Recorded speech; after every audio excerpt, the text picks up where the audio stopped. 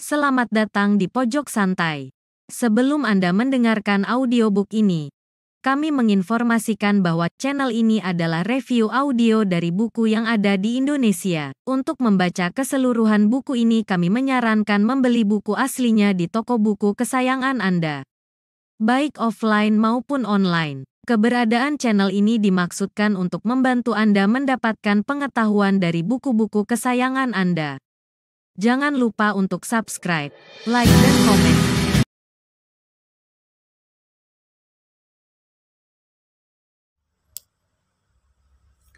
Selamat datang di Pojok Santai, channel khusus yang membahas komik dan novel dengan cara asyik.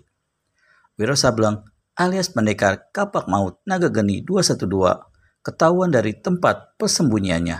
Apa yang akan terjadi selanjutnya? Yuk langsung saja disimak video kali ini.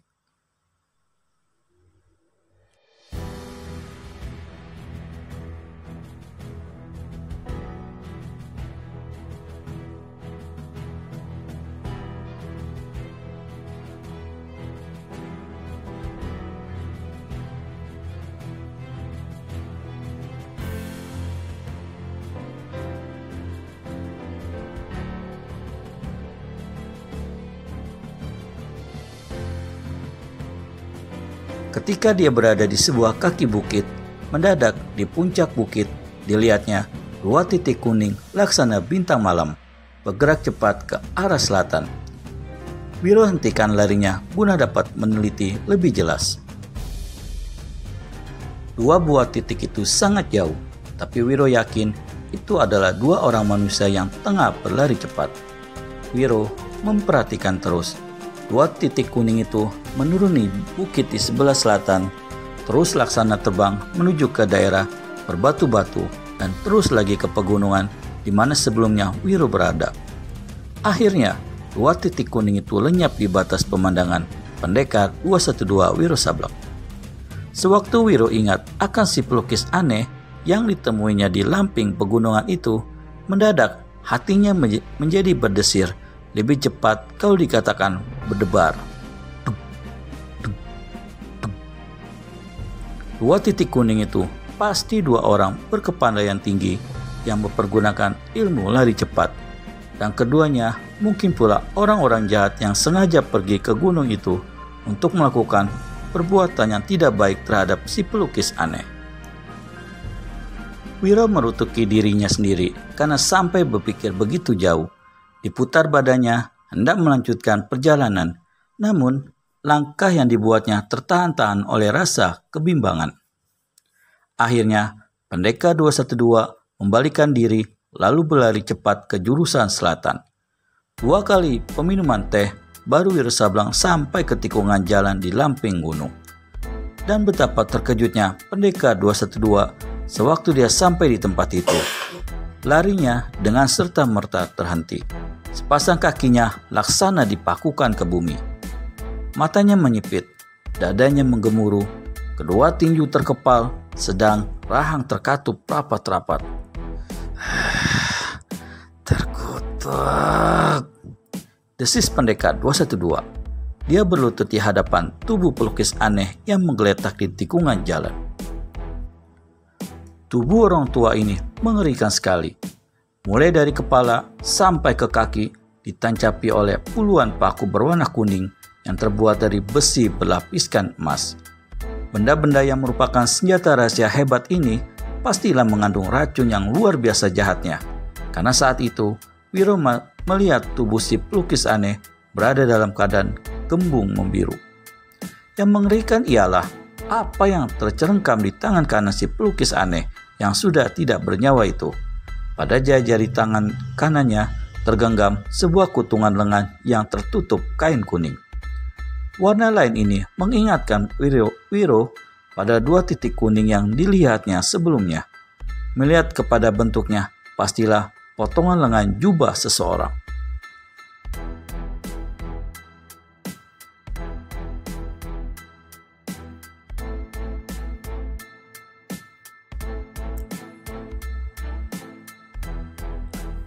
Tidak dapat tidak, rupanya telah terjadi lagi pertempuran di tempat itu. antara si pelukis aneh dan dua orang berpakaian kuning yang dilihat Wiro di kejauhan, yaitu sewaktu di kaki bukit sebelah utara. Meski menemui kematian di tangan dua pengkroyok, namun si pelukis aneh masih sanggup membetot putus lengan kiri salah satu seorang lawannya hingga tanggal dan dalam hatinya masih mencengkram lengan itu. Wiro Sableng tersentak sewaktu dia ingat pada lukisan perempuan telanjang, tapi lukisan itu telah lenyap dari situ. Pasti dua manusia berpakaian kuning pengkroyok si pelukis aneh itulah yang telah mencurinya. Wiro berdiri perlahan. Dia tak berani menyentuh tubuh si pelukis aneh meski dirinya kebal terhadap segala macam racun. Dia harus menggali sebuah lubang dan mengubur orang tua itu.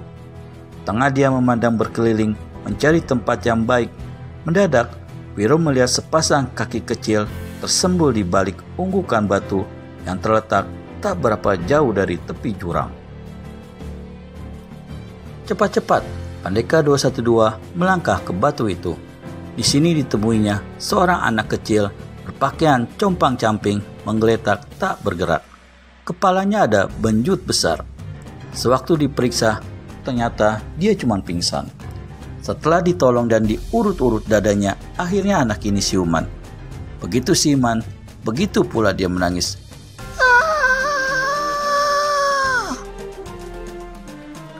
Tampaknya tol sekali. Namamu tentu Wira, tegur Pendekar 212. Anak itu hentikan tangis dan seka kedua matanya, lalu memandang pada Wiro Sableng. Sewaktu dia melihat tubuh si pelukis aneh, maka ini kembali menangis lebih keras. Setelah reda, Wiro menanyakan bagaimana dia sampai berada di tempat itu.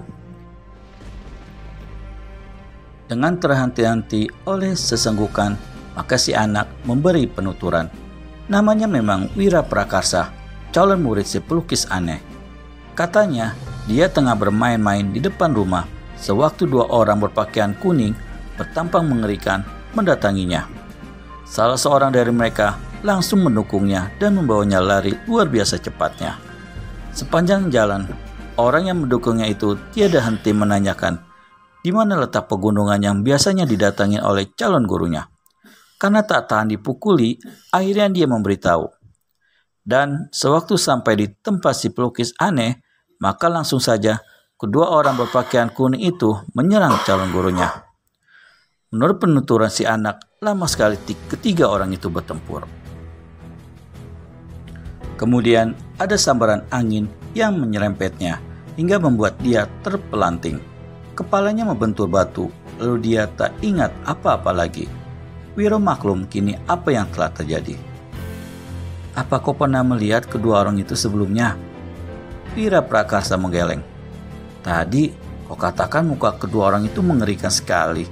Bisa kau mengatakan apa-apa yang mengerikan itu? Si anak sekali lagi sepasang matanya, lalu menjawab dengan masih sesenggukan. Yang mendukungku itu matanya cuma satu, brewokan. Kawannya juga brewokan, bermata besar, merah, dan tak punya kuping. Wiro Sableng merenung. Tak pernah dia bertemu dengan dua manusia macam itu. Juga tak pernah mendengar tentang ciri-ciri mereka sebelumnya. Apakah kau tahu apa yang dibuat gurumu di sini sebelum dia meninggal? Dia melukis. Katanya lukisan itu untukku. Di dalam lukisan itu ada... Si anak tarik kembali lidahnya dan tak teruskan bicara. Ada apa? Tanya Wiro ingin tahu. Tidak ada apa-apanya, menyauti si anak. Lalu kembali dia menangis. Pendekar 212 Wiro Sableng semakin yakin bahwa di dalam lukisan itu mesti ada apa-apanya. Ada tersembunyi satu rahasia besar yang cuma si pelukis aneh dan calon muridnya itu yang tahu. Apakah beberapa tokoh silat tahu rahasia itu sehingga mereka menginginkan lukisan tersebut, ataukah cuma tertarik pada kebagusan lukisan perempuan bertelanjang itu belaka? Tapi agaknya dua manusia berpakaian kuning yang telah membunuh si pelukis aneh bukan cuma tertarik pada kebagusan lukisan, Mungkin sekali mereka telah mengetahui rahasia apa yang terkandung dalam lukisan itu. Setelah menggali sebuah lubang besar dan mengubur si pelukis aneh, maka Wiro Sableng mendukung Wira Prakasa lalu membawanya berlari kembali pulang ke rumahnya. Ternyata anak ini adalah anak seorang petani miskin yang saat itu masih belum kembali dari ladangnya.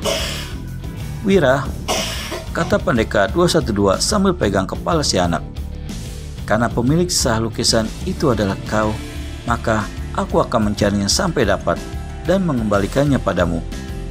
Anak itu manggut-manggut dengan tampangnya yang tolol. Sewaktu meninggalkan si anak, pendekar 212 tak habis pikir, bagaimana si pelukis aneh telah memilih anak yang begitu tolol untuk calon muridnya. Tapi bila dia ingat pula bahwa dia sendiri dulunya adalah seorang anak yang tolol, geblek, maka segala pikiran yang bukan-bukan tentang si pelukis aneh maupun anak tadi segera lenyap. Bagaimana selanjutnya? Berhasilkah Wiro Sableng alias pendekar kapak maut Naga Geni 212 menepati janjinya kepada calon murid si pelukis aneh untuk membalikan lukisan itu? Temukan jawabannya di video selanjutnya hanya di channel Pojok Santai. Segera subscribe dan tekan tombol lonceng untuk mendapat notifikasi video terbaru dari kami. Terima kasih dan sampai bertemu kembali.